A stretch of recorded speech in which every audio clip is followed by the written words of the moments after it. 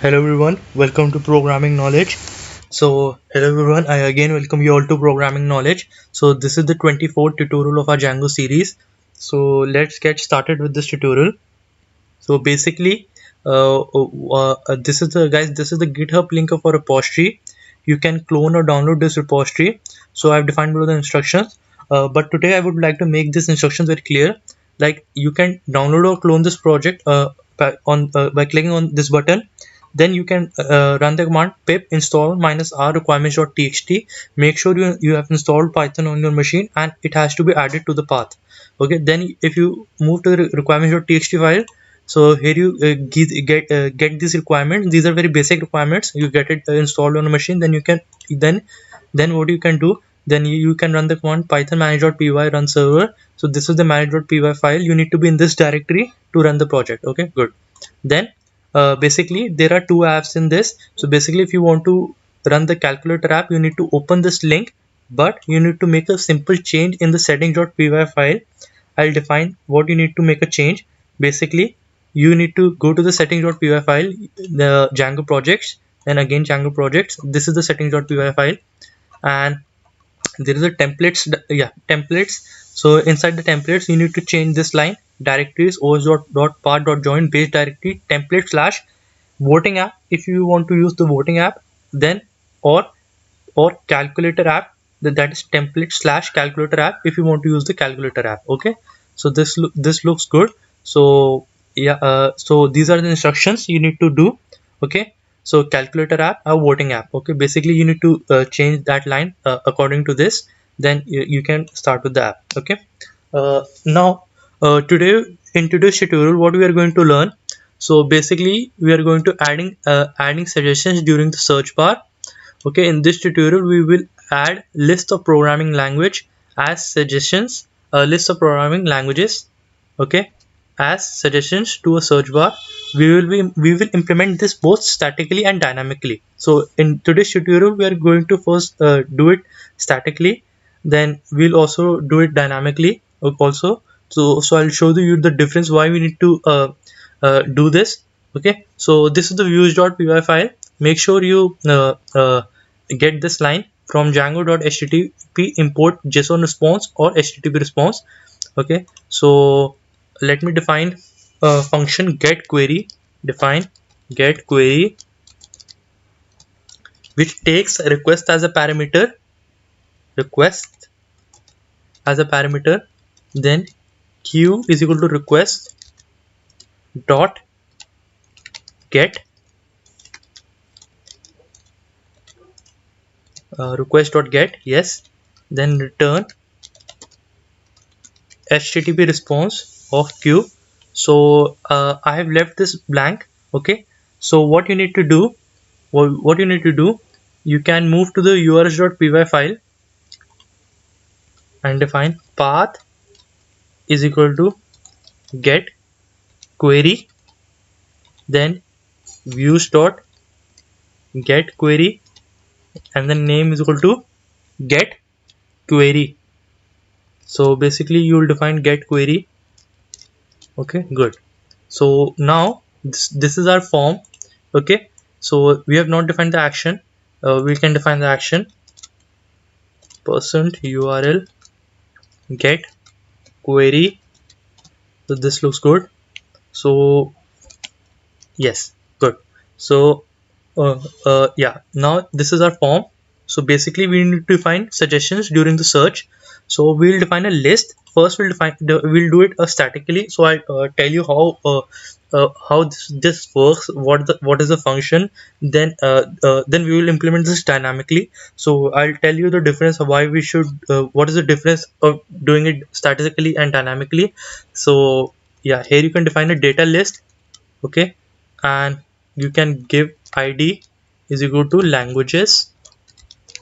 I hope this is fine. So you can define option value is equal to python. Okay, uh, okay, you can have a option for the simplicity. I'll have a right now I'll do this way: option value is equal to python. Then what we can do, option value is equal to Python. We can do PHP as well. Good, right? Then we can do option value is equal to PHP. Then option value is equal to Perl. Good. Then option value is equal to Perl. Then option value is equal to, let me have a programming. Okay, good. Then I'll do one thing. Option value is equal to C.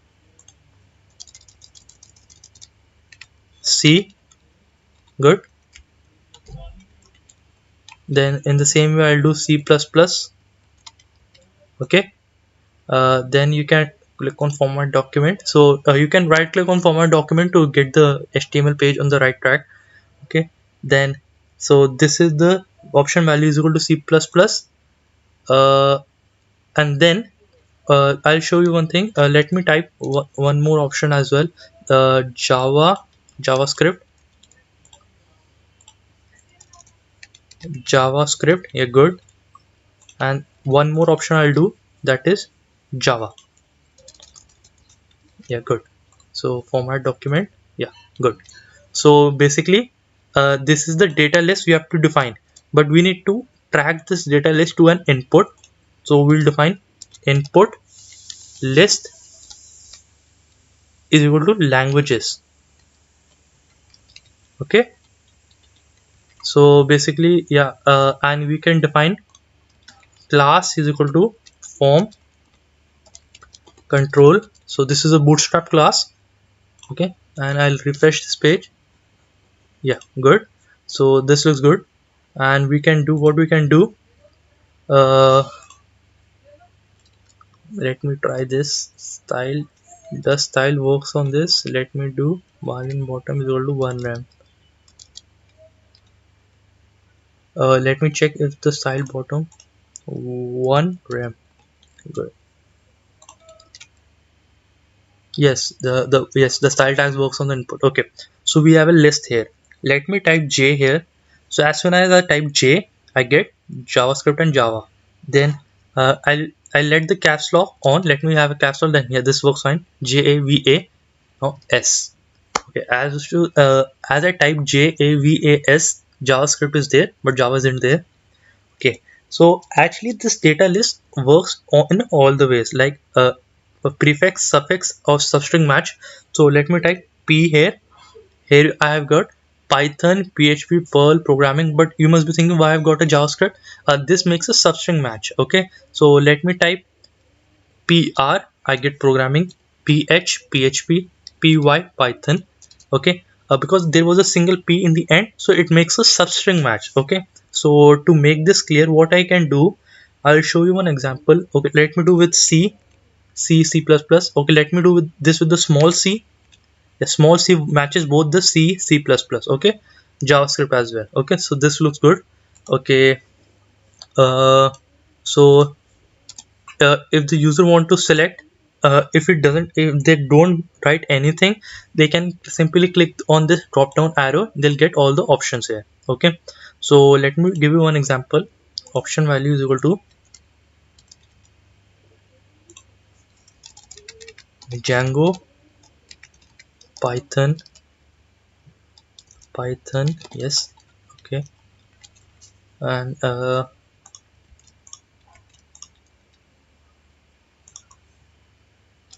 one option I would give you, machine learning. Okay, so this is using Python as well.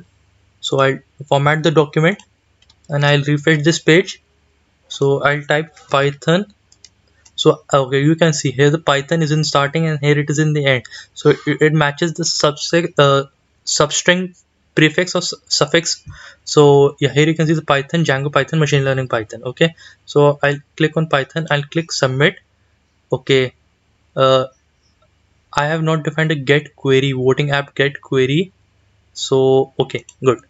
So here you need to define name is equal to languages.